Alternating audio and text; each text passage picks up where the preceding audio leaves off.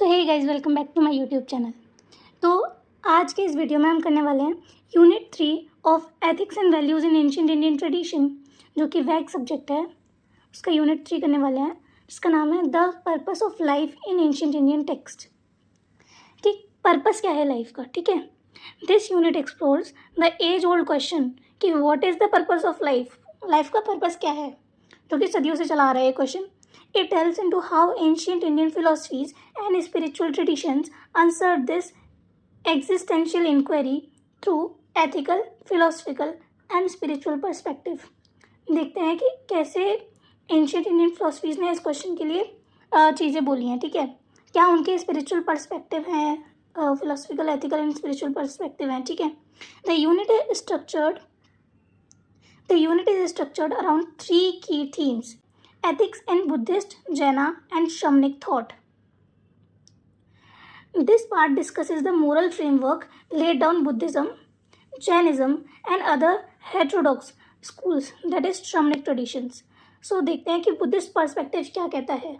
Buddhism established by Siddharth Gautam, जिनको हम गौतम बुद्ध भी कहते हैं, ठीक है, बुद्धा जिनको कहते हैं, offers a path of suffering by understanding the four noble truth and following the eightfold path, ठीक है, नोबल एट फोल्ड पाथ। तो क्या क्या थे ये 4 नोबल ट्रूथ और 8 फोल्ड पाथ क्या थे, ये वो हम देखते हैं। मैंने यूनिट 1 में भी बताया था कि ये इम्पोर्टेंट है, तो इनको याद कर लेना, एग्जाम में लिख सकते हो, ठीक है। और सो क्या थे ये 4 noble truth.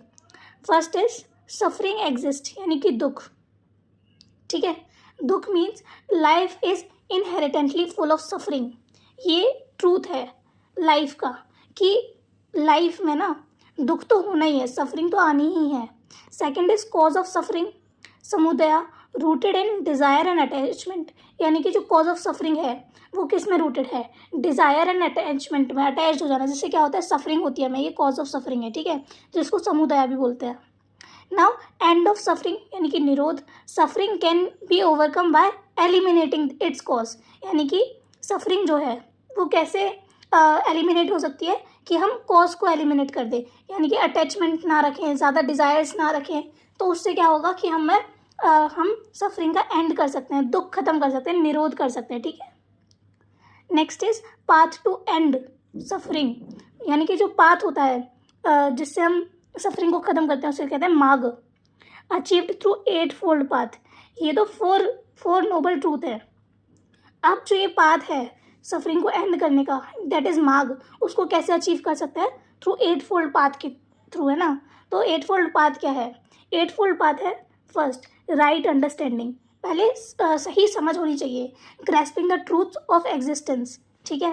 Second is right intention, intention सही होनी चाहिए, कल्टिवेटिंग गुडविल एंड हार्मलेसनेस, ठीक है, किसी को हर्ट नहीं करना, गुडविल कल्टिवेट करना अपने अंदर, इंटेंशन सही रखना।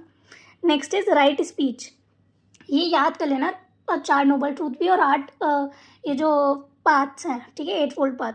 तो right speech, truthful and compassionate communication रखना चाहिए, ये है। राइट एक्शन, हमेशा एथिकल बिहेवियर, और हमेशा एथिकल बिहेवियर रखना चाहिए और किसी को हार्म नहीं करना चाहिए। राइट लाइवलीहुड रखना चाहिए, अर्निंग विदाउट पॉजिंग इंजरी और इनजस्टिस, किसी को हार्म किए बिना, किसी के साथ इनजस्टिस किए बिना, किसी को नुकसान पहुंचाए बिना अर्निंग करनी चाहिए, ठीक है, ये है right livelihood. Right effort, striving to overcome negative mental states, ठीक है। Next is right mindfulness, awareness of body, mind and emotions, सही तरीके से उनको कंट्रोल करना, कि बॉडी, माइंड एंड इमोशंस को सही तरीके से कंट्रोल करना, एंड उसका अवेयरनेस रहना कि हम सही काम कर रहे हैं कि नहीं कर रहे हैं, ठीक है। Right concentration, deep meditative focus for spiritual insights, so ये है। नेक्स्ट इज जैन पर्सपेक्टिव, ये तो था बुद्धिज्म पर्सपेक्टिव, बुद्धिस्ट पर्सपेक्टिव कि कैसे पर्पस क्या है लाइफ का। तो पर्पस यही है कि अगर तुम्हें दुख हटाना है तो तुम्हें ये सारी चीज़ें फॉलो करनी पड़ेगी एंड ऐसे ही जीना पड़ेगा, तो ये पर्पस है, व्हाटएवर, ठीक है। So now let's see the Jain perspective. Jainism shaped by lord Mahavira aimed at liberation of the soul by following strict ethical rules, strict ethical rules को फॉलो करके किसी की भी सोल जो है वो लिबरेशन पा सकती है, ये ऐसा कौन बोलते थे, लॉर्ड महावीरा, ठीक है। 3 ज्वेल्स, कौन कौन से ये एथिकल रूल्स कौन कौन से फॉलो करके लिबरेशन कर सकते, तो देखते हैं इसमें 3 ज्वेल्स यानी कि रत्न त्रय।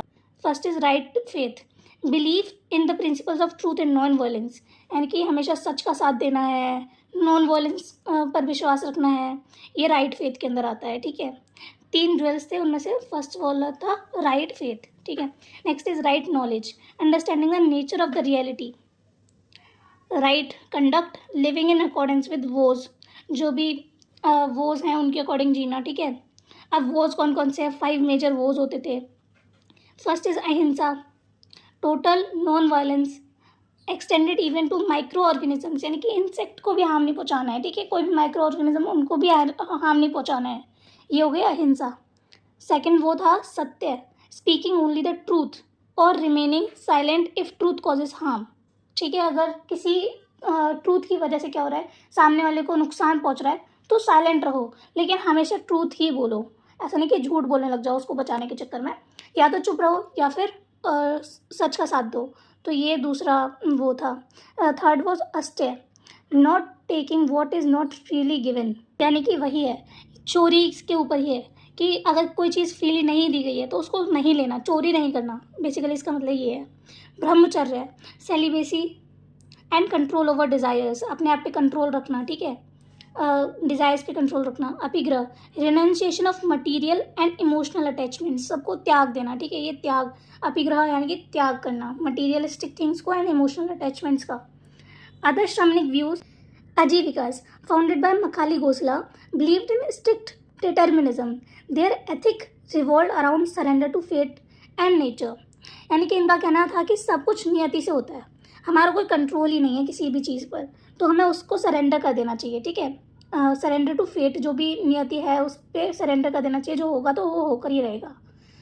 And Charvakas, Charvakas rejected the spiritual and after life, advocating material enjoyment and rationalism in the here and now. And इस चार्वाका में क्या है कि मटीरियलिस्टिक थिंग को एन्जॉय करो, ठीक है, एंड रैशनलिज्म को ढूंढो यहाँ वहाँ, तो ये सारी चीज़ें हैं। और उन्होंने धार्मिक चीज़ों को एकदम नकार दिया है ना, एकदम ही रिजेक्ट कर दिया, केवल बोला कि मटेरियल चीज़ों का एन्जॉयमेंट करो। ठीक है, जब तक जियो मज़े से जियो, सिंपल ये चीज़ है। ठीक है, now the next section is पुरुषार्थ चातुष्टया, the 4 goals of human life. Let's see what are the 4 goals of human life according to ancient Indian philosophy. So, the ancient Indian philosophy outlines 4 broad objectives that should guide human existence through पुरुषार्थ। यानी कि पुरुषार्थ का मतलब क्या होता है कि एक इंडिविजुअल को किस तरह से रहना चाहिए, क्या चीज़ें फॉलो करनी चाहिए, तो ये चीज़ है। तो सबसे पहले इसमें आती है, जैसे इसमें 4 ब्रॉड ऑब्जेक्टिव्स हैं, तो क्या क्या ऑब्जेक्टिव्स हैं वो 4, वो देखते हैं। फर्स्ट इज धर्म, the righteous duty, moral obligations, ethical behavior and responsibilities according to one's role in the society, functions as a compass for leading a balanced life and sustaining order. धर्म का मतलब है अपने कर्तव्यों को समझना और निभाना, चाहे वो परिवार के प्रति हो या समाज के प्रति, तो ये चीज़ है। ठीक है, एथिकल बिहेवियर रखना धर्म का ये मतलब है। एंड इसको ना एग्ज़ाम में एक चार्ट बना के भी तुम लोग लिख सकते हो, 4 जो भी पुरुषार्थ के ब्रॉड ऑब्जेक्टिव्स हैं, तो वो। नेक्स्ट इज अर्थ, अर्थ यानी कि वेल्थ एंड प्रॉस्पेरिटी, कहते हैं ना धर्म, अर्थ, काम, मोक्ष, तो ये 4 वो हैं। तो अर्थ का मतलब क्या होता है, wealth and prosperity.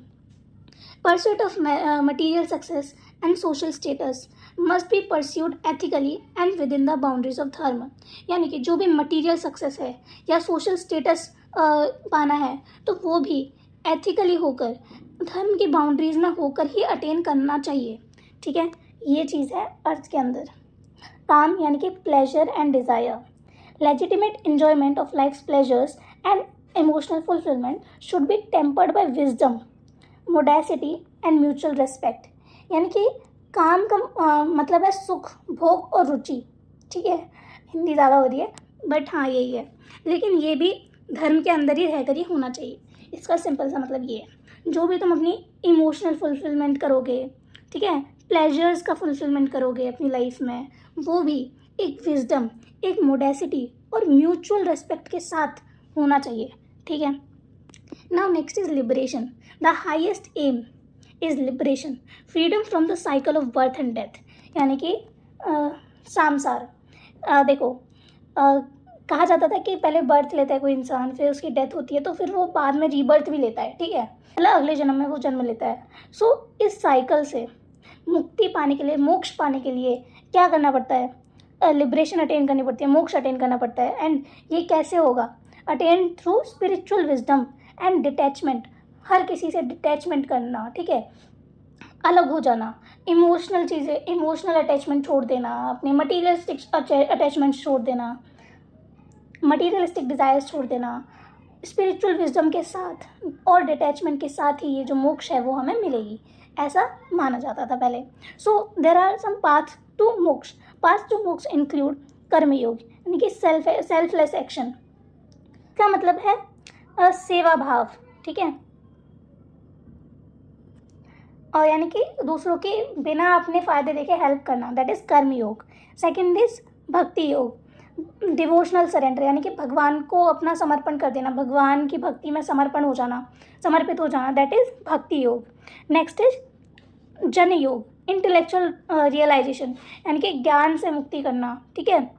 And at last that is Rajyoga, discipline through meditation, and meditation के थ्रू सेल्फ कंट्रोल करना, that is Rajyoga. So these are 4 paths to moksha, जिसको हम करके मोक्ष प्राप्त कर सकते हैं। So these are the things. So next section is ethical insights from epics and Puranas.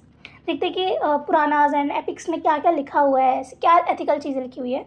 The Ramayana and the Mahabharata are 2 epics narratives along with the Puranas offer countless examples of ethical conflicts and solutions. यानी कि जो रामायण और Mahabharat 2 epics हैं वो along with Puranas वो बहुत सारे countless examples देती हैं एथिकल कॉन्फ्लिक्ट्स के एंड उनके सॉल्यूशंस के।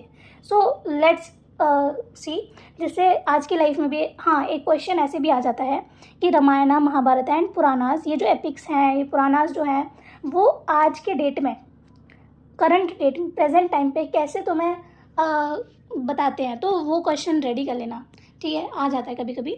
सो देख लेना, ठीक है, कि क्या क्या लर्निंग्स हम सीखते हैं आज के टाइम पे जो हमें काम आती है रामायण, पुराना एंड महाभारत से, ठीक है। Ramayana, Ram the hero embodies adherence to dharma even when it demands personal sacrifice. यानी कि जो रामायण में राम जो थे, हमने देखा है, तुम लोगों ने रामायण देखी होगी, पढ़ी होगी, तो तुमने देखा होगा कि जो राम जी जो थे वो कितना धर्म को मानते थे। इवन जब पर्सनल सेक्रीफाइस करने का भी टाइम आया, जब उनके सीता जी के टाइम पर भी उन्होंने धर्म को ही अपनाया, जो धर्म कहता था वही चीज़ें की, चाहे उनका पर्सनल चीज़ें ही क्यों ना हार्म हो रही हो, फिर भी उन्होंने धर्म का ही साथ दिया। So his decisions reflect duties towards family, society and state, showcasing ideal ethical conduct. And Purushottam Ram ji जो थे वो एक बहुत पुरुषोत्तम थे, है ना। सो पुरुषार्थ अपना अभी हमने पढ़ा था, यानी कि किसी व्यक्ति को कैसा होना चाहिए, एक आइडियल फिगर जो था वो राम जी की होती थी अकॉर्डिंग टू धर्म, ठीक है। Mahabharata, Mahabharata portrays profound moral complexities specially in the Kurukshetra war, ठीक है। Arjun's dilemma on the battlefield and Krishna console in the Bhagavad Gita present timeless lessons on duty, detachment and inner clarity। Mahabharat में भी हमने देखा कि कृष्ण जी जो थे वो अर्जुन को समझाते हुए, अर्जुन के डिलेमा को दूर करते हुए बैटलफील्ड में क्या करते हैं, बहुत सारी चीज़ें बताते हैं, लेसन्स देते हैं, ड्यूटी पर, डिटैचमेंट पर एंड इनर क्लैरिटी देते हैं। तो उस चीज़ से भी भगवद गीता में हमें पढ़ने को मिलता है। Puranic traditions through mythological stories Puranas teach value of devotion, righteousness and karma, ठीक है। अब क्या क्या मैथोलॉजिकल स्टोरीज हैं वो कुछ एग्जांपल्स के साथ देखते हैं। For example, Vishnu's avatar like Ram and Krishna uphold dharma and defeat evil, ठीक है। The story of Prahlad shows unwavering faith in divine truth in the face of adversity. Ram and Krishna ji का हमें पता है कि वो विष्णु के अवतार थे एंड उन्होंने कैसे धर्म को अपहोल्ड किया एंड इविल्स को डिफीट किया। The story of Prahlad shows unwavering faith in the divine truth, यानी कि प्रहलाद का जो फेथ था गॉड में वो हमने देखा, ठीक है।